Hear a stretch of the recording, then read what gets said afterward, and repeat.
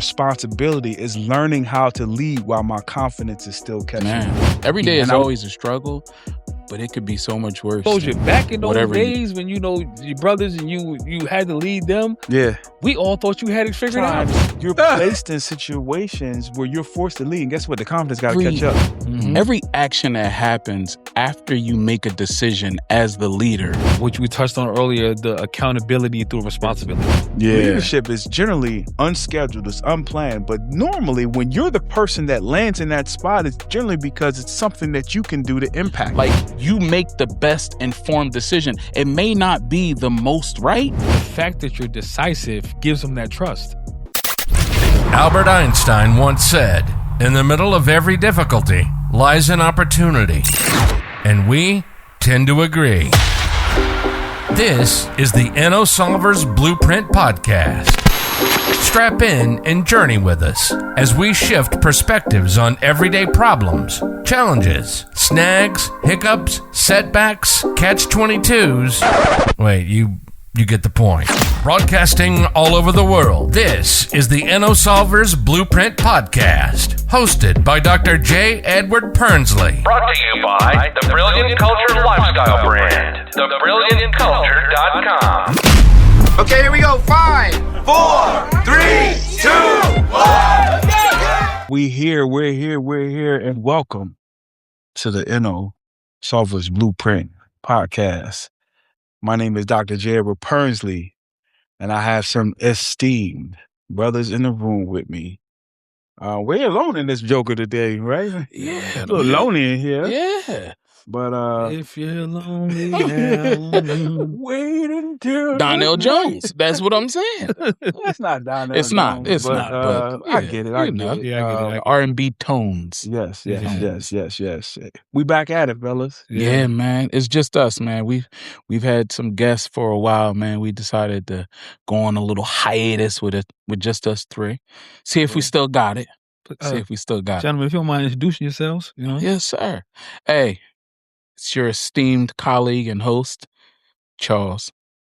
It's Mike the Professional with the scientific wonder. And that's Charles, CHAWS, Charles. Yes. I actually used to say it's not Charles, it's Charles, CHARLESS. Yeah. Thank you for joining us today. My name is Dr. J. Edward Pernsley. You are here on episode 4 of the InnoSolvers Blueprint Podcast. And today we are going to learn and have a good conversation about this theme, dealing with identity, who we are. Today's topic, we're going to lean into leading before you feel like a leader. A lot of us have been in this space.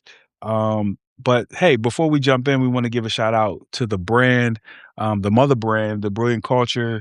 We invite you all to jump on to thebrilliantculture.com. Check us out on TikTok. Check us out on Instagram, or any of your YouTubes, whatever. And most certainly like and subscribe our podcast. With respect to the podcast, are any of you any fellas in the room, are you experts? Oh, no. Not at all. Nope. No, sir. I'm only an expert at me. You're an expert in cornbread, though. Last time I checked. I mean, did you know that? These are. I'm learning. This so is much. the applause that he has given me. His cornbread. He's top 3. Wow. In my lifetime cornbread. Lifetime. And I'm adding my auntie. And I'm adding my grandma. She gonna see this too. Well, God rest my grandma. But I'm giving him top 3. Always raving about your culinary attributes, so I don't have no reason to doubt it, man. Hey, I'm the oldest of 3 in the possible, man. Well, I said cornbread. I didn't say carrot cake. I said cornbread. Hey, that carrot cake was my first time making it. Man, you see what I'm saying? Cornbread. Hey. I said cornbread. I didn't say carrot cake. The carrot cake was to, but I like a good cornbread. Yeah, Cornbread, don't man. put your hand in my cornbread. I got you, man. Yeah. And it wasn't from the box either. Nah, that was from scratch. Oh, that's even better. Yeah. Man. If you give me 2 good cornbread, I'm sure with my throat blanket, like, man.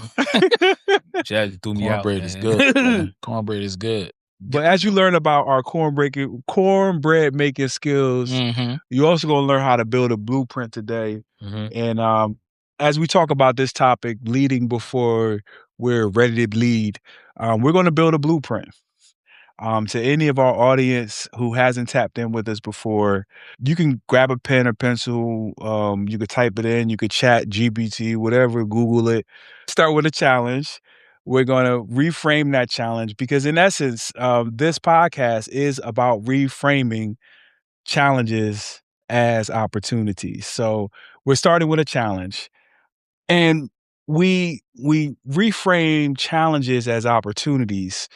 And as a part of building a blueprint, your contribution to this conversation is to expound on the ideas and experiences that we shared today. So we're going to explore a challenge. We're going to reframe it as an opportunity. We're going to look at 2 thinking styles. We're going to look at 2 problem-solving styles.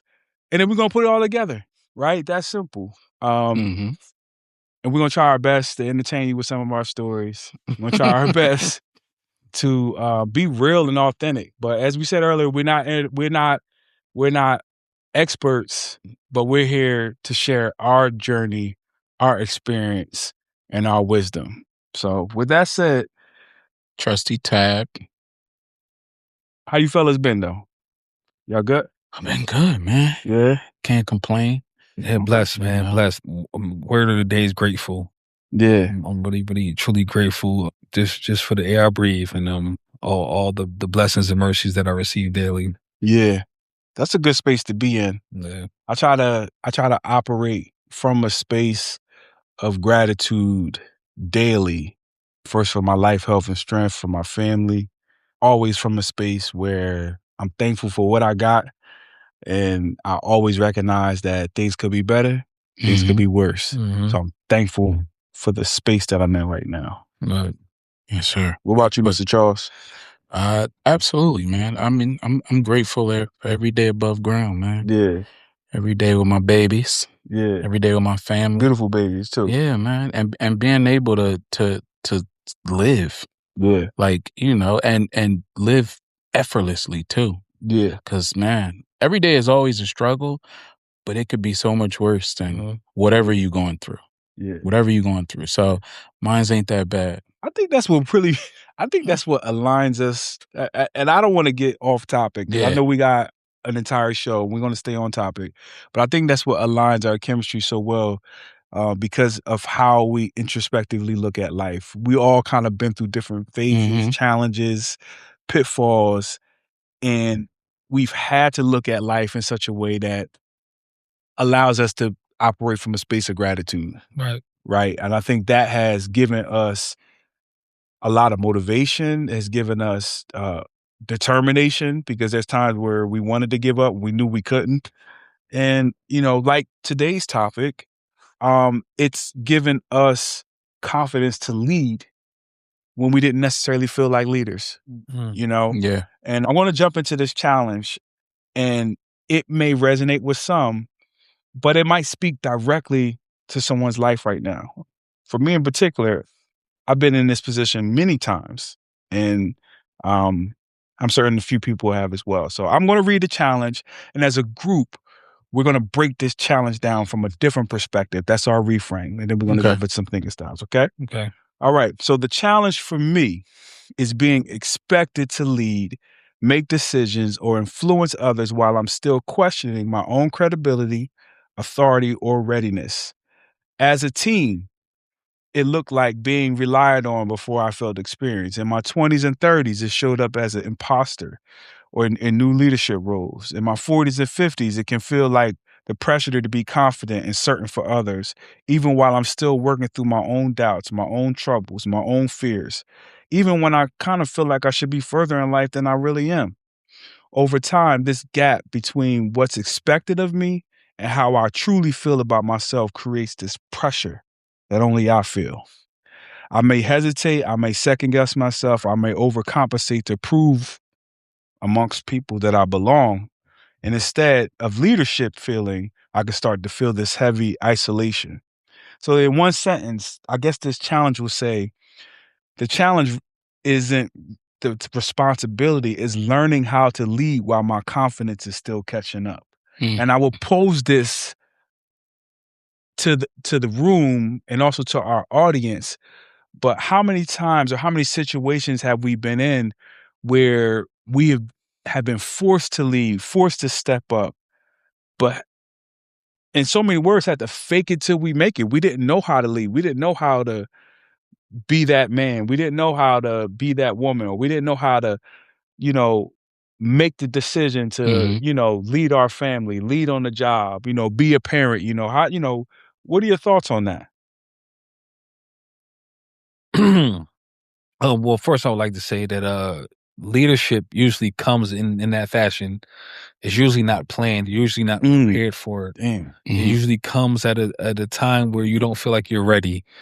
So, learning as you go is usually the thing, though. But identifying that you're responsible for other people and other people's well-being or the trajectory of, their lives or whatever the case is, gives you a certain level of, gives you a mission, right? There's been plenty of opportunities and, just in life where you have to take charge, right? Yeah. You have the foresight that you see things aren't going as well. And you just you take the reins. Yeah. You're like, yo, I got it. You know what I mean? If no one else is gonna step up, or if someone did step up and they're not doing an adequate enough job, just go ahead and You said something that was key. Like you said, oftentimes leadership comes in those in those like uncanny times, like where you least expect it. But what changes once you become a leader and people start to depend on you? Like you're that guy. Now people are looking to you to say yes or no. People are looking at you to say, do we go left or right? Or they're looking to you to say, how do we pay this bill? How do we do that? Like, what are we going to do, Dad? Like, even taking it a step further as a father, being a leader. And, granted, you have your wives or your significant other. But ultimately, I think for men, sometimes you carry the burden of like, look, if this ship go down, I'm responsible for that, because I'm a man, Right. I think sometimes men, they carry that burden, that responsibility. Some do, some sink with it, right, but I mean, what does that look like when that dependence comes with it and people are looking to you? I think that it's definitely difficult because what happens is you realize that any actions that happen once you're a leader, once you're the leader, everybody looks to you as if you should know the right answer. You can only give me the right answer because you're the leader, right? Like so that's it. But then understanding that every action that happens after you make a decision as the leader, good or bad, is your fault. Yes. And I say fault because, it just depends on how you take it, right? Because if you make a decision, if as a leader, if you say something and then people's actions move them to a positive, trajectory, then yay. But if it moves them negatively, then as a leader, you go, maybe I wasn't clear. Like maybe I said something wrong. Maybe I could have said this differently. So sometimes you internalize that. You take that, you think as the leader, you're supposed to have the right answer. And that's not necessarily true. Like having the wrong answer, figuring it out as the leader and having the wrong answer is sometimes a good thing too. I think for me, it was the opposite. I remember coming up, I never looked at myself as a leader, right?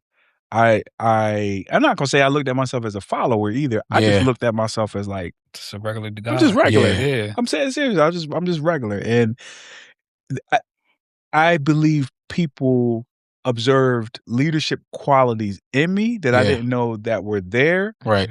But what triggered me to be proactive as a leader, and talking about I'm not even the wrong word. What triggered me to be more intentional as a leader was being led by poor leaders, right? Bro, you took the words out of my mouth. Right. Oh my god. I remember I could recall being just the run of the mill, not having no direction.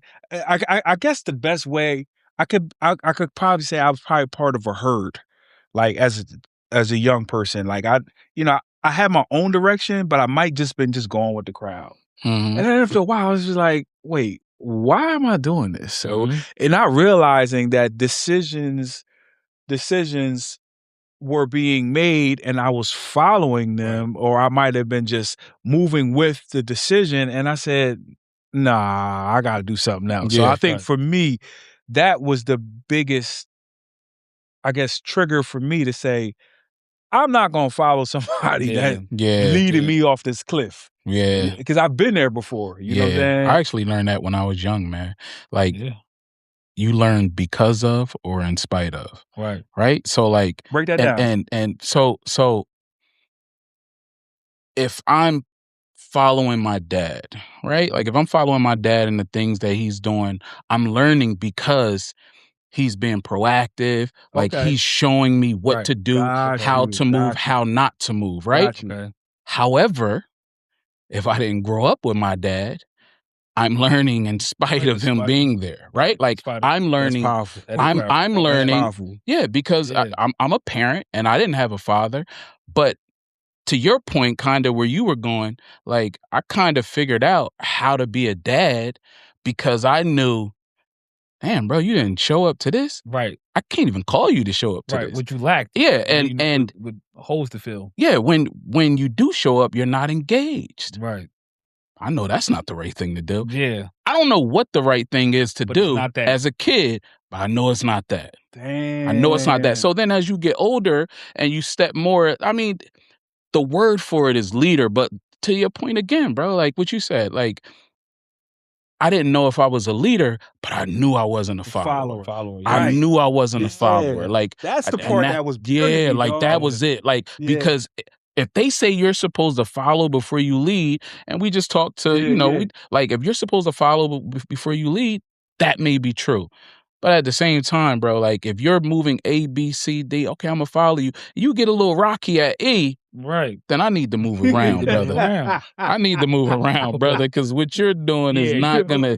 I'm not trying. I'm trying to make it to Z, and you look like that step that you took at E. You might not like make it to or 9. Yeah. So I need to. I need to move around. So I mean, you follow until you lead, right? And that may be early. Right? Like those qualities develop early though, right? Like, but as a teen and just taking it back, like a lot of that boils down to confidence. And, I do have a father, and my dad always did his best to instill wisdom and certain nuggets. But then there was also moments where I ventured. You get what I'm saying? Like, my parents split up, so my dad could only do so much 70 miles away. Right. You know what I'm saying? Right. And my mother, she was doing her best, but then there were times where there were limitations that my dad had because his father passed early. So, he only could give me the best that he had. Yep. You know what I mean? He gave me a lot. I'm never going to discount the wisdom that he gave me. Cool. You know what I mean? But in the same token, I lack confidence. And, I never forget. And I say this time and time again, like there were pivotal people in my life that was like, what are you doing with that? What you in there? What you doing, man? You a leader. What you doing with that? And I'm like, me? Like you think that about me? Like, yeah. You know what I mean? Like you don't really know what you put out. But I think, and not to get too far from it, like just some of the conversations that we've had, like when we talk to some of our young people, it's important that we point out that you're doing well, young man. Yeah. Yo, young man. Yep. Yeah, I see you made a little mistake, but you killing it. They might need to hear that one little thing. You know what I mean? I had so many people that kicked them, pushed them down, mugged them, said this, said you done this, you this. But those one or two times that somebody just gave me that little, yo, man, come on. Yeah. And I remember that, and they put a pep in my step. Yeah. You know what I'm saying? And it it does changed. Something. It did something for me. It does something to you. And it kind of going back to that reframing, leadership often comes before the confidence. So in essence, to your point, sometimes you're placed in situations where you're forced to lead. And guess what? The confidence got to catch up. Mm-hmm. You'll figure it out. That's most of the time, yeah. You know what I mean? Second reframe, uncertainty is part of responsibility of leadership. Sometimes you got to navigate as you figure it out. That's okay. Yeah. Another area of reframing is growing into leadership is part of the process. Yeah. Growing into leadership. I agree. You know, those leadership positions, right?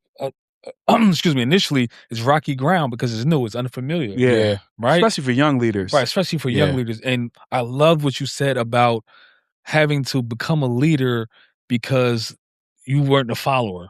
Yeah. Right. Or that the person that was purported to be leading was definitely going in the wrong direction. Right. So now you have this new role of a leader, and maybe sometimes you're only leading yourself. Yeah. You in a pack by yourself. Right. Yeah. Because everyone else is being led by the false leader. Yeah. Right. So now you're just leading yourself and you don't necessarily know where to go, but it's not with that guy. Yeah. Right. So you're growing into this position and your confidence is growing because you're seeing that your decisions are paying off. Yeah. As opposed to your peers who are still in those other positions and it's not working out for At my younger age, I knew I was always leading my brothers. Right. My younger brothers. You know my brothers very right. well. You grew up with them. Yeah. And so at a pivot point when my parents split up and we moved into this different space, it was like they're all we got. And they looking at me and I'm looking like, I don't know, you know, but I knew that I knew that I had to make good choices, but I knew that I needed to make good choices for them to kind of lay a foundation. But in the same token, I also realized that I didn't have it all together. That's the crazy part. Yeah. You know what I'm saying? Yeah. Because I knew what I just came from. I knew like, you know, and to be real, you know, there's sometimes like, even as a leader, you know, and recognize sometimes the messed up qualities about yourself, like your flaws. Right. Sometimes I would probably allow my flaws or my mistakes or the things that I personally know about myself get in the way of allowing myself room to grow. Right? Like, oh, you know, you're not good at this or you're not good at that. You know, how worst often critic. Yeah, your own worst critic. Right. Getting in the way from I mean, and there's other people like, man, you did well at that. No, I did all right. Bro, you did well. It was okay. I could did better. Like, Right. Turn yourself down. You know your capacity. You know your potential. You said that before though, like, you know, sometimes at some point in our life, at any age, you still need that pat on the back, right? But if you don't get that from somebody, you still have to get that shit to yourself too. You man. do, dog. You gotta give it to yourself. Yes, you do. You do. You absolutely gotta give it to In yourself. fact, let me get my cell phone right now. Please do. for Just real. because, Please do. man, because Just oh man. Yeah, absolutely, man. And like, And, you know that, man. And since we in the moment of full disclosure, back in those days when you know your brothers and you had to lead them, we all thought you had it figured out.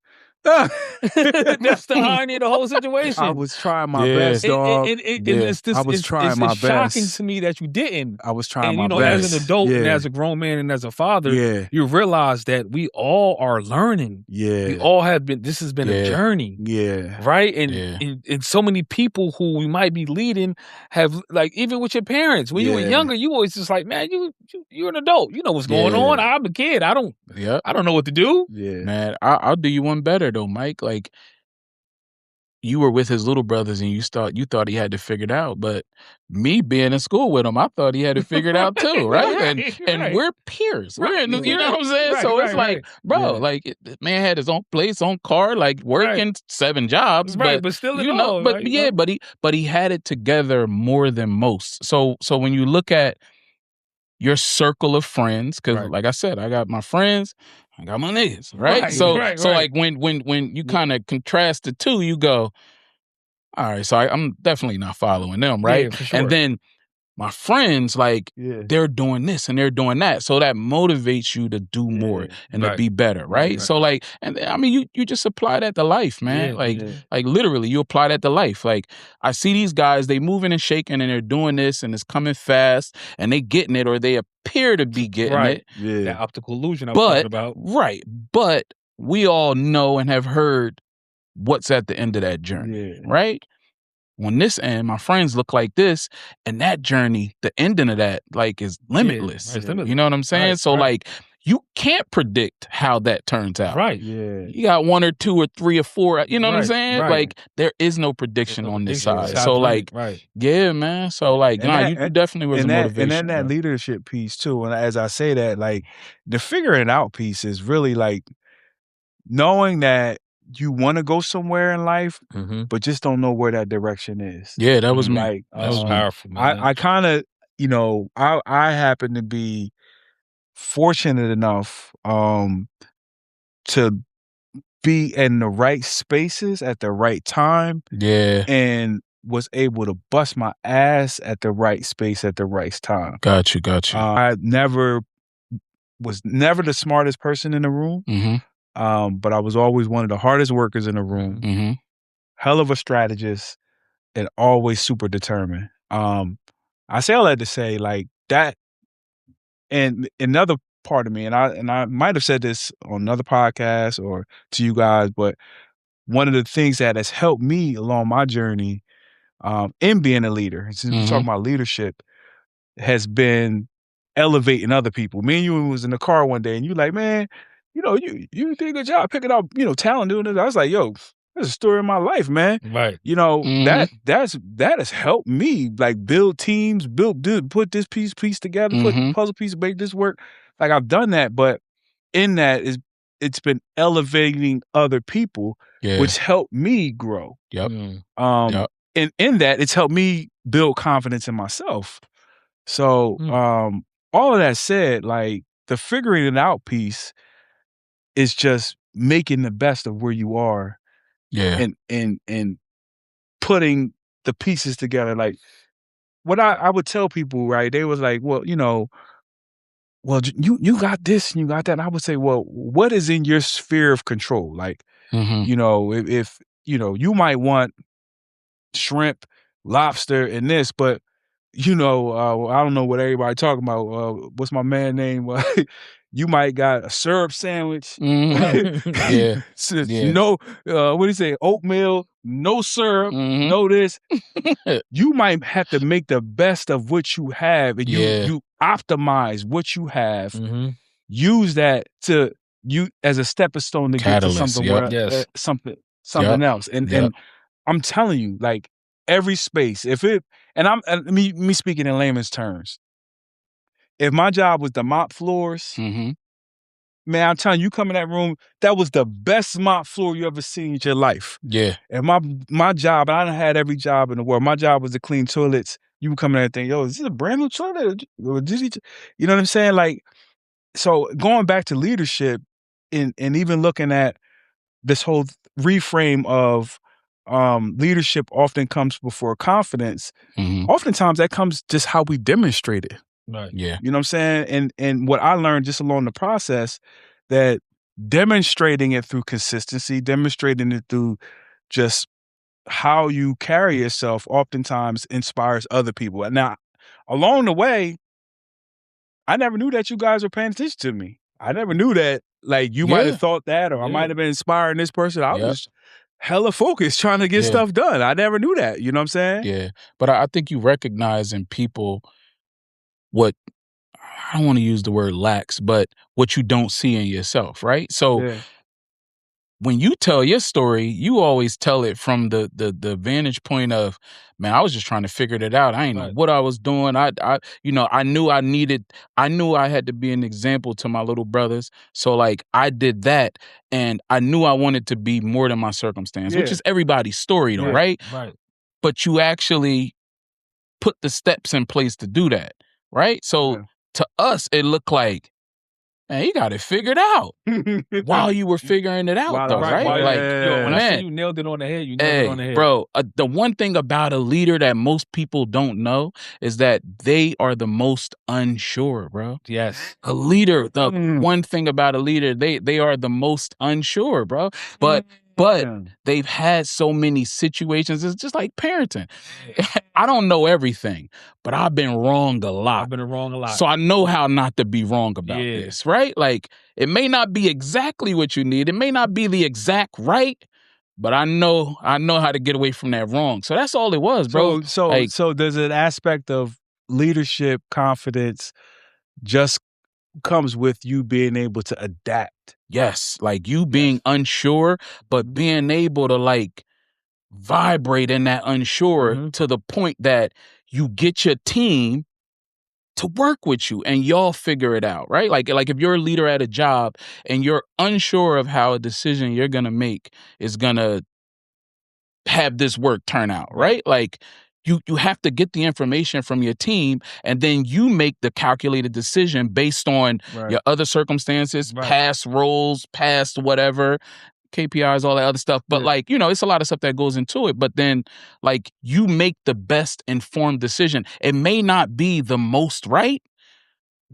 but it won't be the worst shit on earth. Like, you know what I'm saying? You like also have the confidence to pivot if you were completely wrong. And that's that too, because you give yourself, you know how, like, if you make a decision, all right, this is the decision that I'm making for us.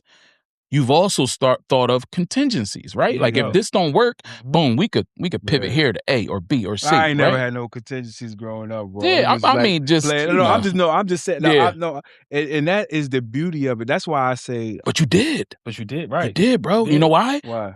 Listen, you just said I had 2 or 3 jobs. Right. The contingency is I'm not gonna be broke. Yes. So if this job fell, I get another check, and guess what? I get something to replace that while I'm getting this and that. Adding like, up I'm to telling give you to survive. Maybe this one check is not enough to survive. I just said I could never move back to my mom's house. Right, bro. That was never an option. I was like, that's a contingency, though. Right. That's certainly if you think about it. No, but here's here's grown 101. That's the reframe. Grown 101.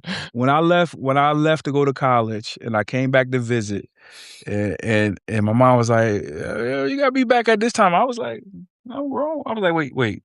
I'm living under her rules. Right. I was like, I ain't doing this no more. This ain't gonna work out. I was like, I'd rather work 5 jobs, come home and just sleep in my own place. I'm a grown man than to go back home.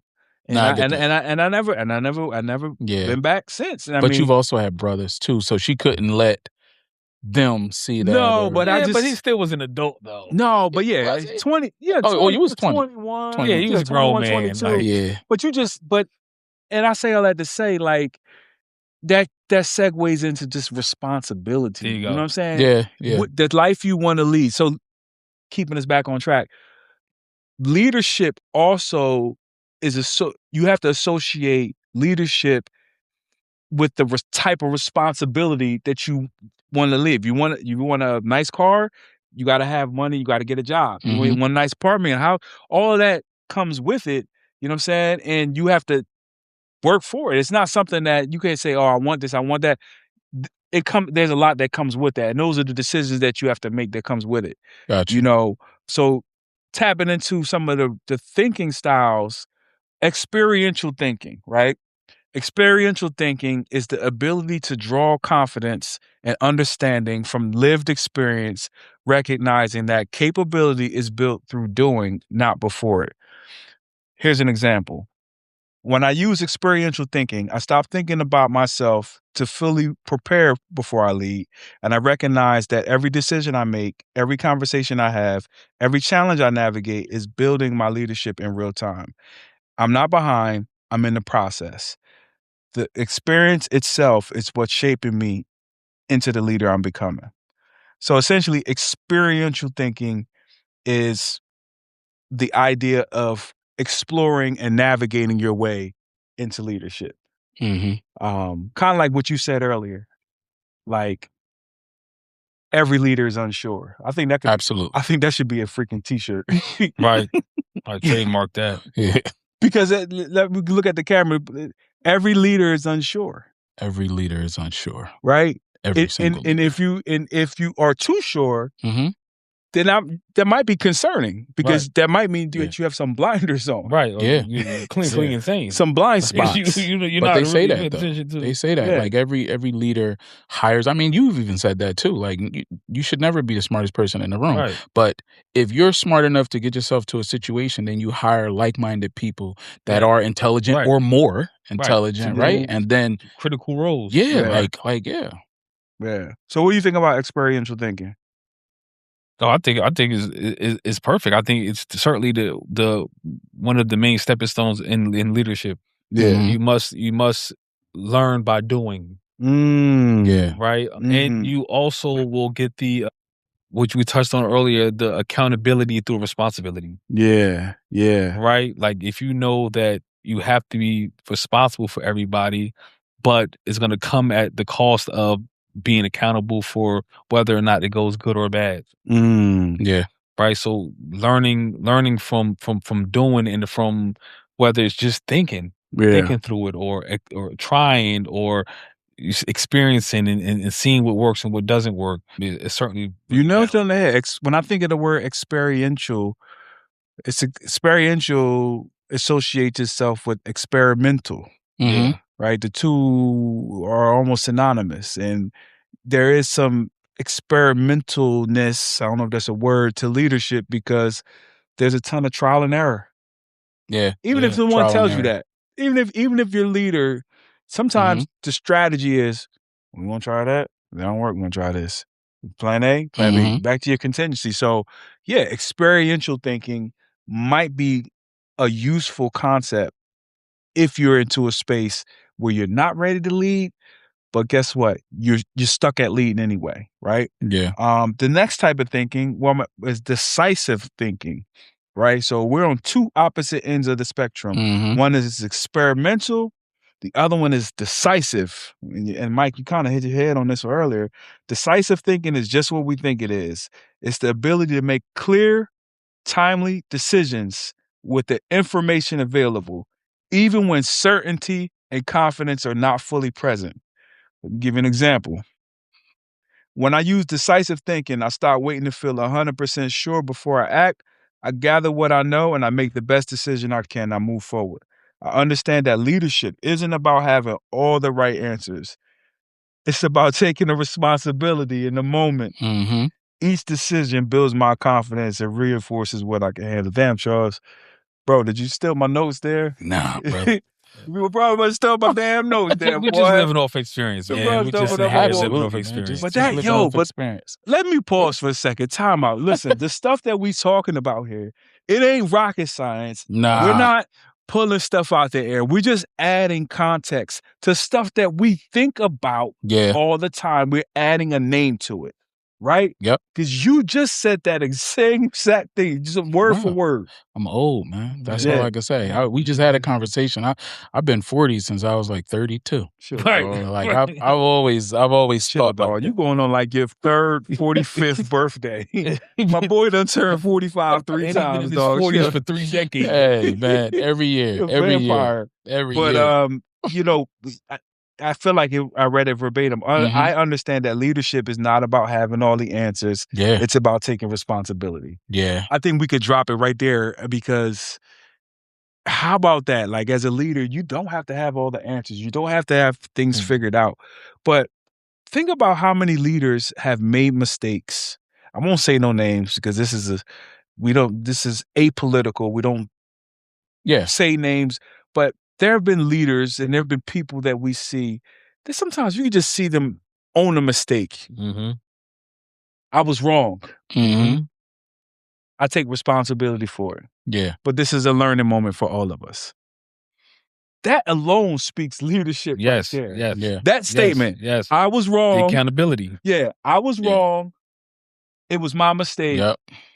We're going to learn from it. Yeah. And people resonate with that a little more too. Like when you instead of ignoring it or acting like it instead of didn't acting like that's how you build trust. If you're a leader and you move like you're unsure and your decision isn't like 100%, people actually resonate with that. Like some people recognize stability in your rockiness. You know what I mean? Like they could recognize that. I'm just saying, like sometimes, like if you're a leader, and you're unsure and you move, a certain type of way, people can recognize stability in your rockiness, right? Like, and they respect it too.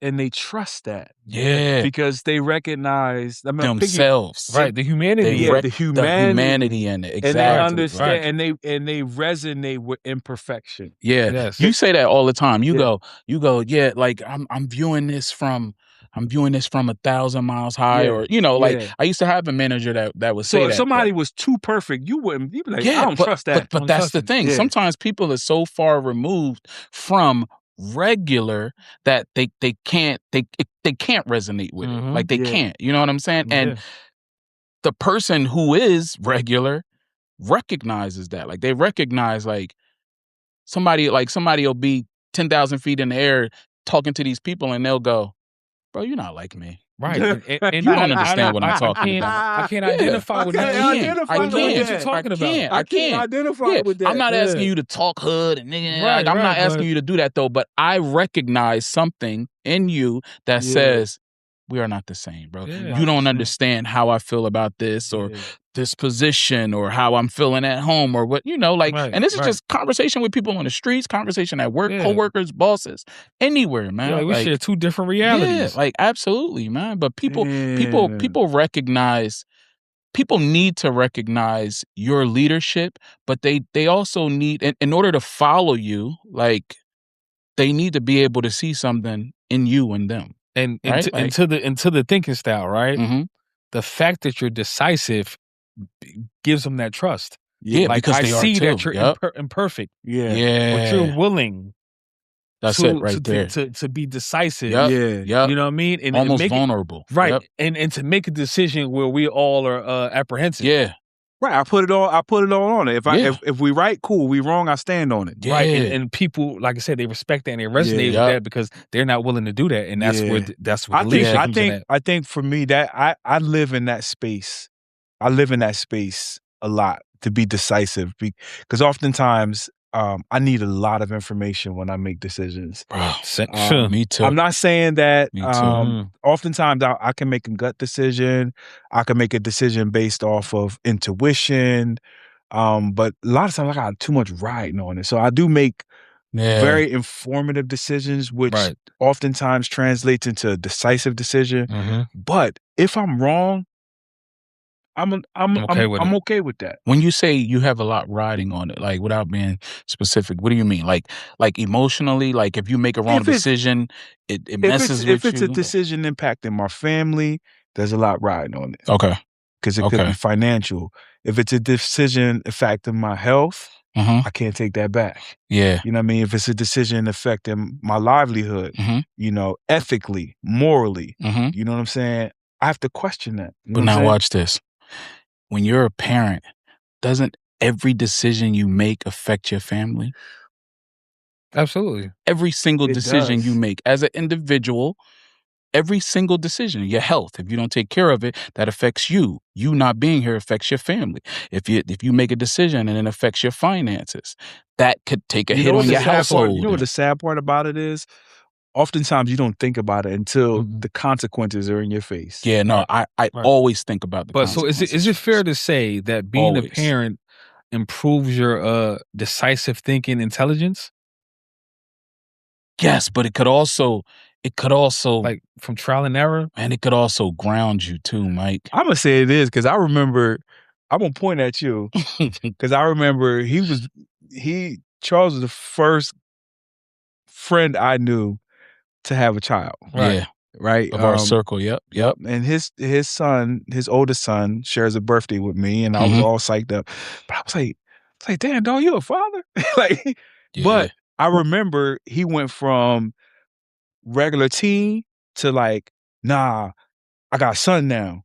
You know what I mean? I gotta do this. I got a son. I gotta get a job. I gotta do this. You know what I mean? It was like, his oldest son, it was like it forced a transformation in him. You know what I'm saying? Whereas I'm not saying he wasn't ready to be a man, but he was like, nah, decisively, I have to be a man now. Yeah, and And I'm gonna I tell you, remember that. It materialized like that. It wasn't like gradual. it wasn't like a wave. It was like, choo-choo, I'm a man now. But I'm gonna tell you why. Something you said earlier, like, and I'm glad you said that because the thought came back. Like when you were talking about like people being leaders and wanting to be a leader and stuff like that. Sometimes a person knows that they're not a follower, and by default, sometimes you are a leader. But if you don't know, you kind of know you're not going that way. So you look at the opposite. I have to be a leader because I'm definitely not a follower, right?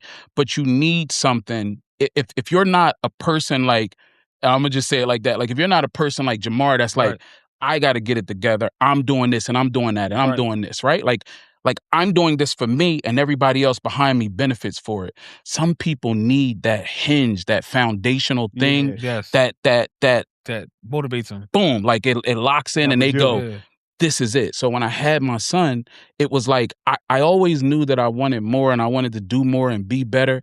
But when I had my son, it was like, bro, I'm not going to be a loser because then I'm going to teach him how to be a loser.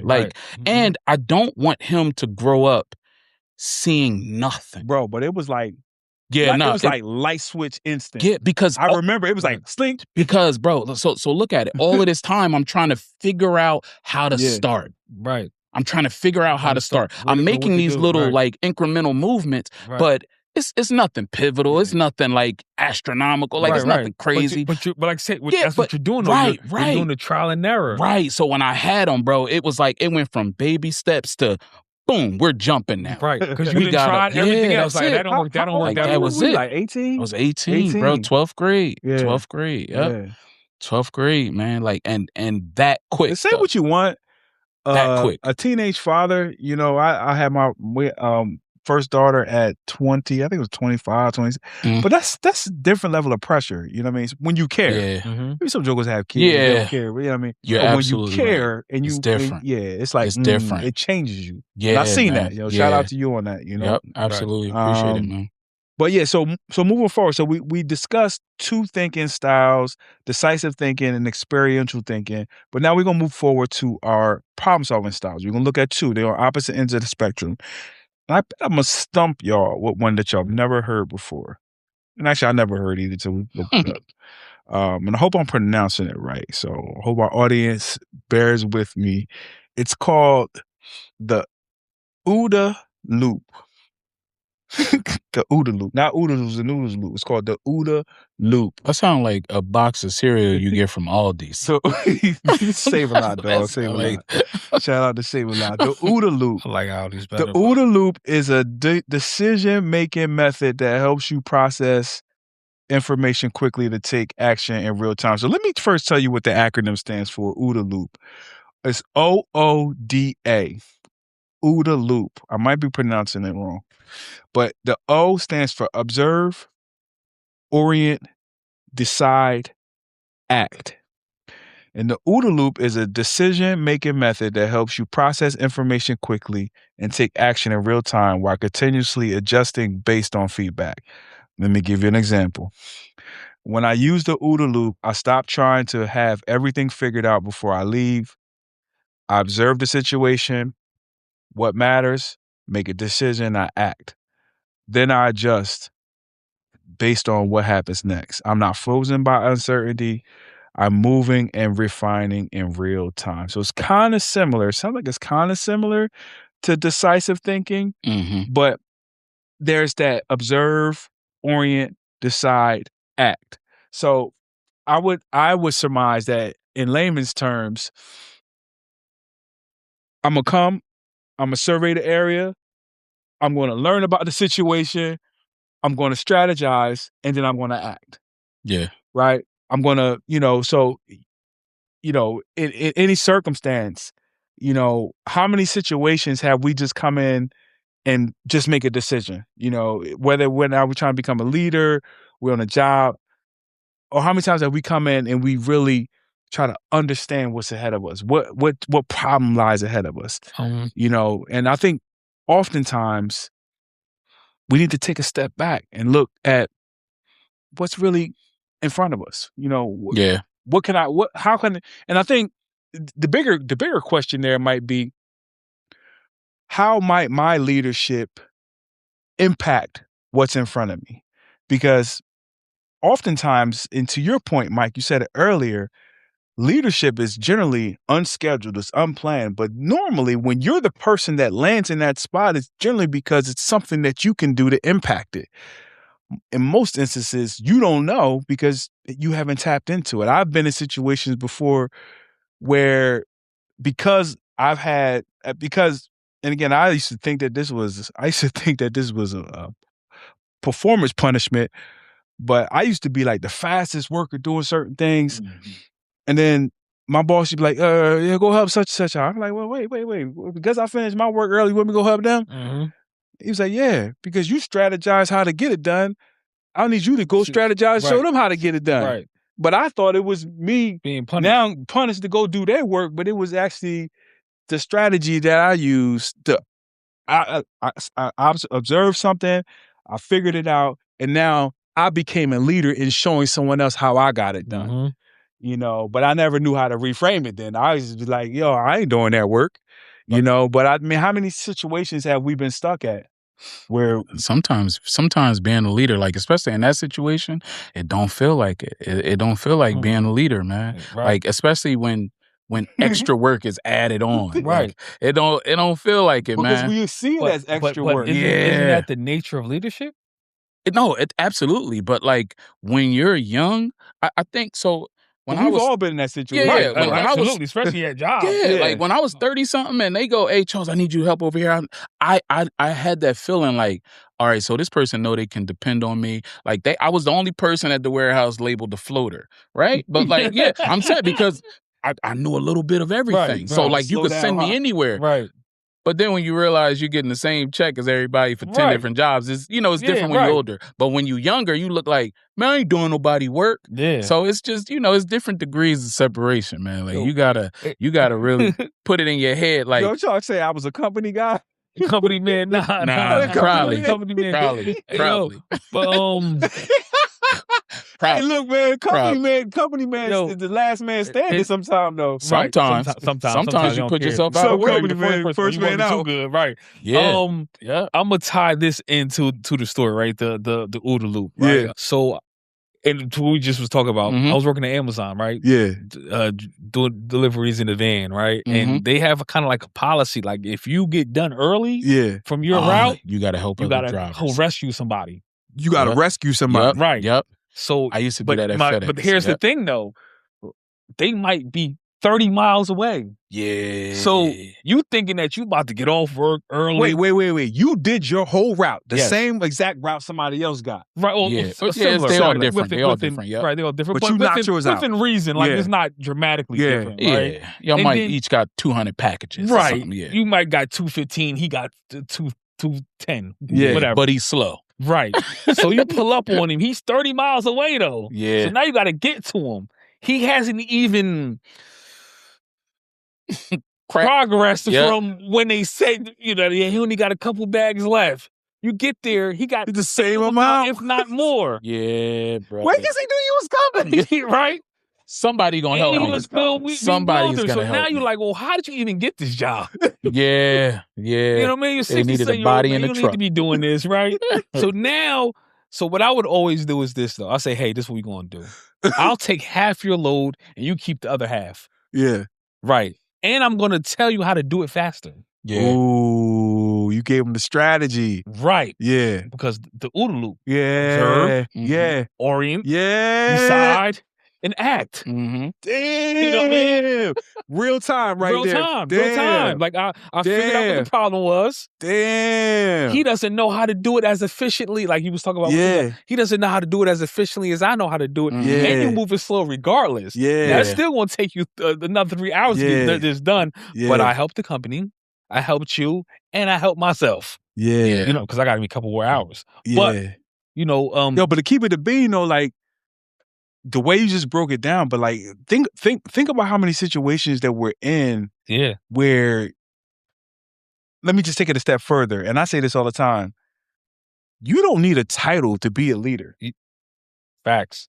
You don't need someone to say, hey, well, you're a shift leader or you're a supervisor. Yeah. Yeah, I've been there. You know, and I'm not even just talking about in the employment sense.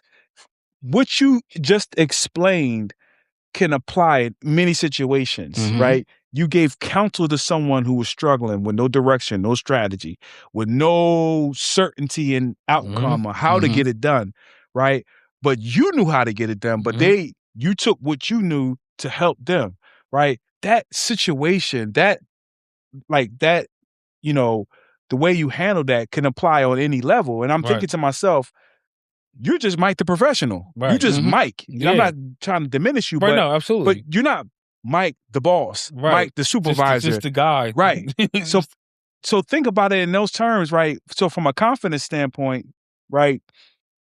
Situations where if there's something that's in us that we know of that we are good at, that's your confidence right there. There you go. You know what I'm saying? Like we're confident in what we know about, what we could talk about. If it's something you're passionate about, if it's something that you have experience on, if it's an area that you failed at, because I know that you didn't probably start out good at like that. No. You probably screwed up a few times and say, oh, you know what? Let me figure this out. Right. This is how I'm going to do it. That's how you become a leader. That's how you become a leader. Yeah. That's powerful, dog. That's powerful. But speaking to our audience, from an audience standpoint, to our young people, you know, you guys are going to be in situations where you're not going to have it figured out. You're not going to have all the right answers. You're going to be uncertain about situations. You're going to be led in spaces where it's going to seem uncool to step away and move in your own space. And you might not even have the confidence, but guess what? Do it. Do it. It's going to save your life. Do it. It's okay. You know what? Hey, you a nerd. That's okay. I always say nerds rule the world.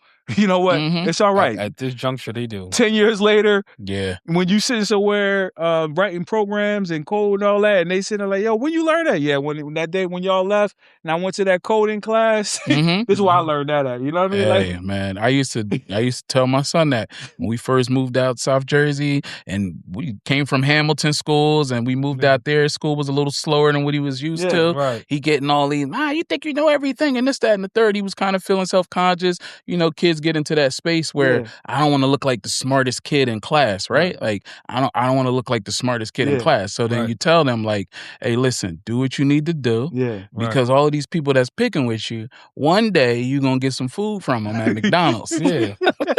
One day they're gonna fill out an application for your job, right? Like, hey, Kaden, can I work at this company? You see what I'm saying? So it do work out like that. It does. It do work out like that. It does. It do work out like that. Powerful. Thank you. So the last problem solving strategy, same word, but different heading, confidence loop. And this is just exactly what it says. The confidence loop is a method of building trust by taking action, gaining small wins, and using those outcomes to reinforce a belief that capability is something that you gain over time. When I use the confidence loops, I focus on small, consistent actions in my leadership. I lead one meeting. I make one decision. I handle one situation. I take one step. And each experience becomes evidence that I'm capable. And over time, these moments stack. My confidence grows. And naturally, I have something that I can take to the next level. So between the four, right? So we got the OODA Loop, which something that should be pretty easy to remember. The confidence loop, we have the decisive thinking, and we got the experiential thinking.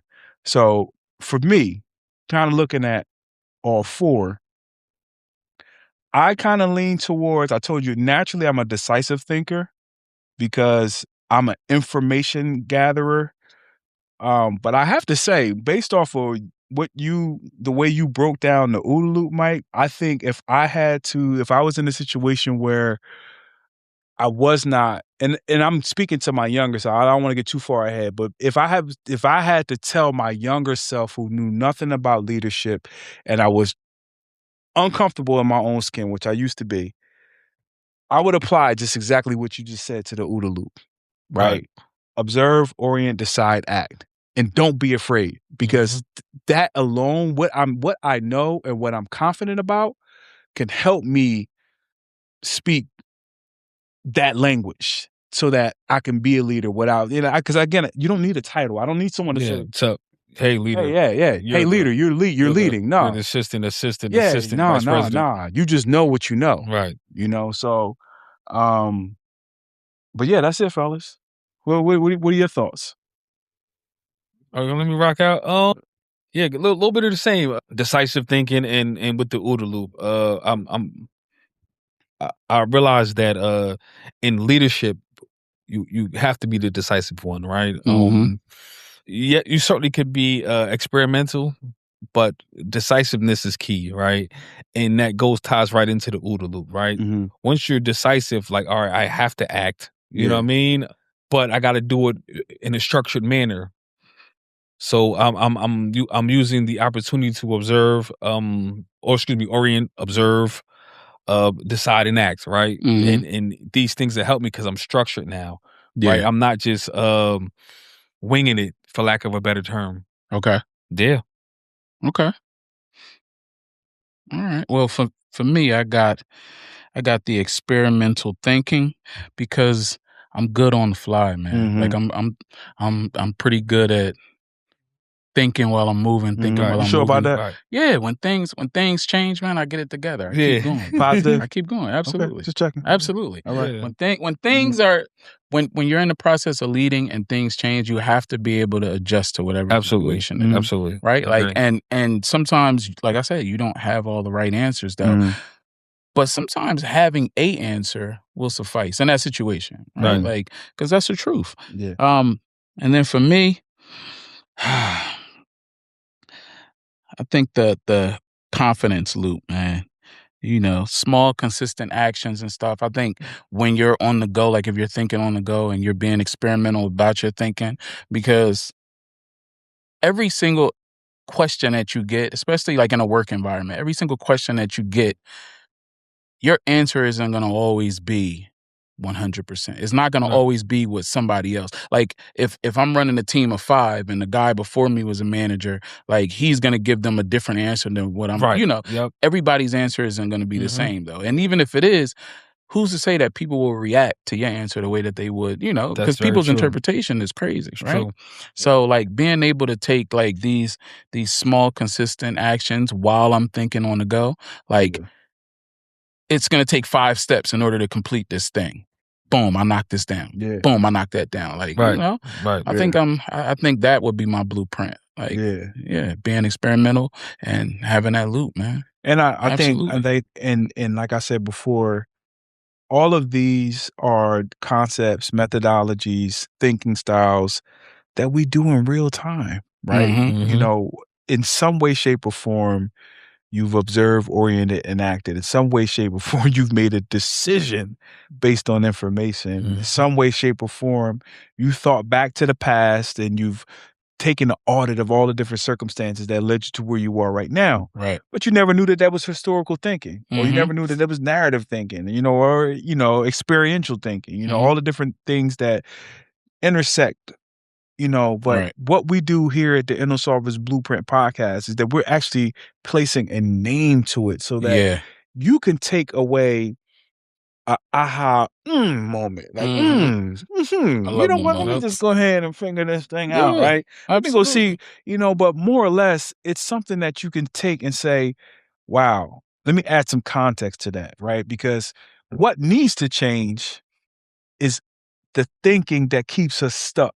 Yeah. And where we started was with a problem. Where we reframed it was to an opportunity to where we are right now is a blueprint. Right.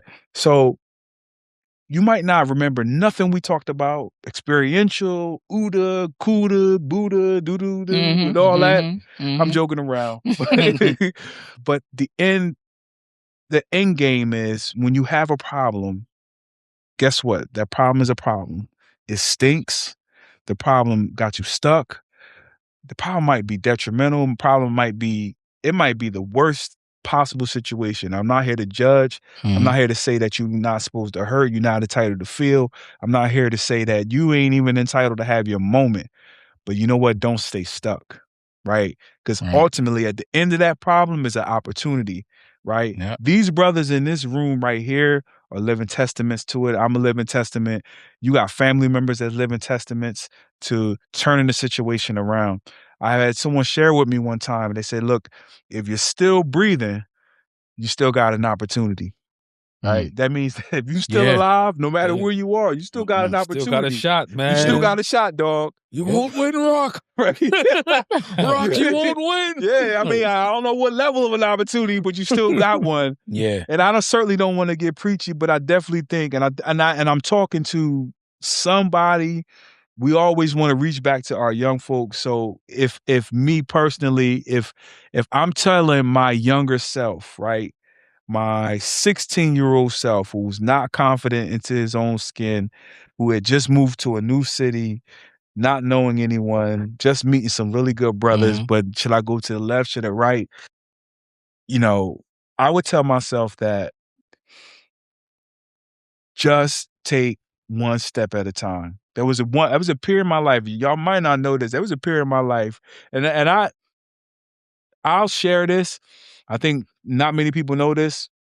Most people say, man, you know, you're an extrovert. And I always say, no, I'm really probably like an introvert that operates as an extrovert. You know what I'm saying? Like, and probably in professional spaces, I have to be an extrovert, but I'm actually kind of cool sitting over in the corner, just sitting by myself. You know, I definitely can resonate with that. You know what I mean? Like, I really don't got to be nowhere, you know, but I just feel like, you know, sometimes I got to force my way. But I think for me, if I had to tell my younger self that it's okay to be yourself, I really felt compelled to be versions of what I thought I should be because I thought it would get me somewhere else faster, whether it would be the person who dressed like this or the person who had this type of clothes or get this type of car and all these different things. And granted, guess what? There's a lot of other people like that, but there's a couple other routes, a simpler route that I could have taken if I just believed in myself. So I guess my advice to myself is just keep it simple. Yeah. Keep it simple and apply any one of these principles. For me, I did like the experiential, and I also said earlier I like the OODA Loop. But I think for me, keeping it simple. So if I would share some advice to some of the younger folks, I would share to keep it simple. You know, as you fall into leadership, or if you're in situations where you're forced to lead because you're following down the wrong path, keep it simple, but be decisive. Right. Yeah. Don't wait till it's too late, because oftentimes consequences can often be the trigger to make you change, but sometimes it's already too late. Okay, brothers. Yeah. I usually give advice to my younger self, but I'm gonna switch it up today.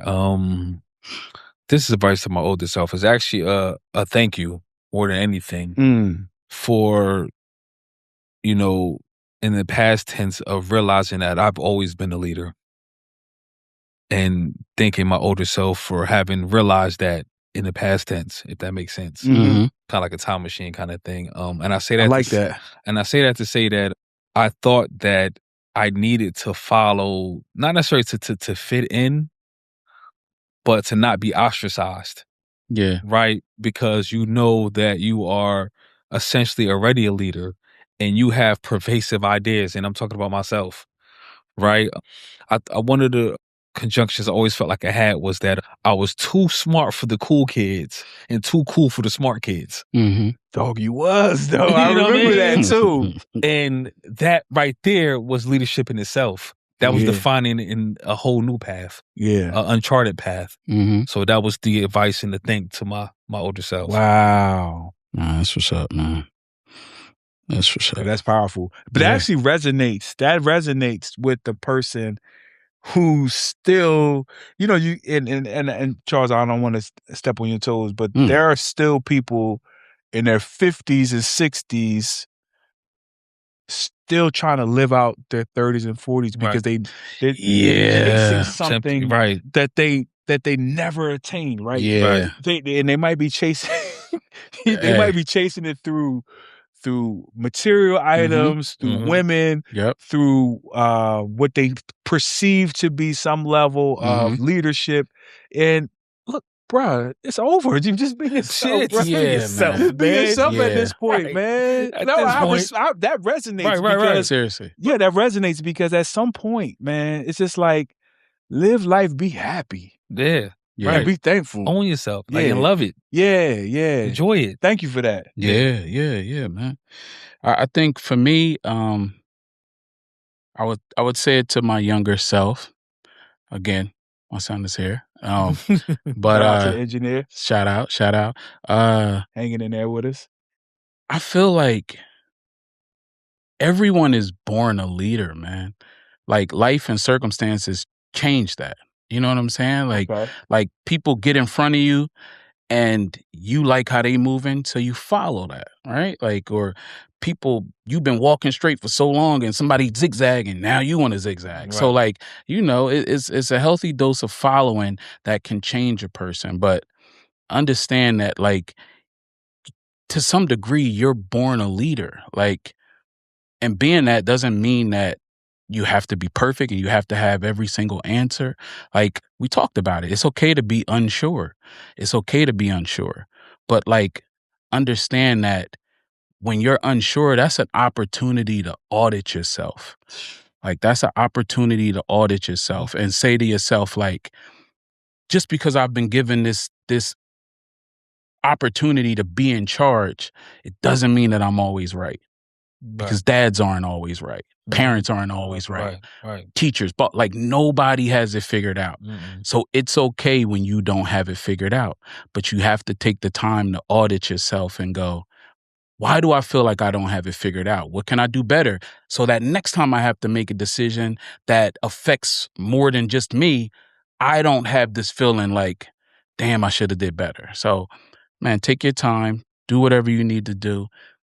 Fix stuff for you, and it'll fix stuff for everything else, man. So, and I think that where we leave this episode, I think it speaks to our older generations, our younger generations. But if nothing else, let it resonate with yourself. Yeah. You know, whether you consider yourself a leader, whether or not you've been identified as a leader, you don't need confidence. You don't need a title. You just need to be true to yourself. Be true to yourself. Be true to where you are in life. Honest with yourself. Give yourself room and grace to grow. Absolutely. Nothing's perfect. You're not going to make perfect decisions all the time.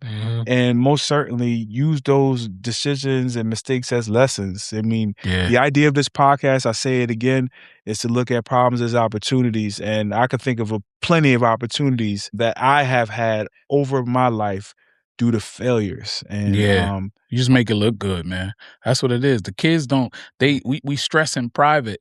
So like all they see is the success. They see when the car break down, and then they see dad get a new car. Right. He got it figured out. Dad had to move some money around, had to work these extra hours, had to do this, had to go. Hey, I'm telling you. At the auto parts store getting them parts. Rock on the auto. horn, like, hey, look, man, you said you do it for $250 or $125. Yeah. Hey, but man, can I get on the payment plan? Like, I'm telling you, like, it's serious. It's serious, man. But make it work, though. Make it work. Life is difficult, but life it can be good too. Shout out to anyone who feels like giving up right now, but also is fighting to live. Damn, you know what I mean? Yeah, man. Because there's something That's to a it. fact. Yeah, there's something to that. And again, we thank you all for tuning in. Episode 4. Definitely check out our episode 5. We had a really cool guest. And you'll love it. And just stay with us. We're concluding our series on identity. We've had a 5-part series, which was hella insightful. Shout out to my brothers, Mike the Professional and Charles. I could not have gotten through any of this without their legendary wisdom and their insight. And I'm looking forward to the next chapter as we move on to our next theme. But again, subscribe us, check us out on TikTok, check us out on Instagram, and follow us on YouTube. And you ain't going to get rid of us. You only going to see more of us. So we signing off. This is Dr. J with Pernsley, with Mike the Professional, and Mr. Charles. Mr. Charles. I'll let y'all. All right. Peace.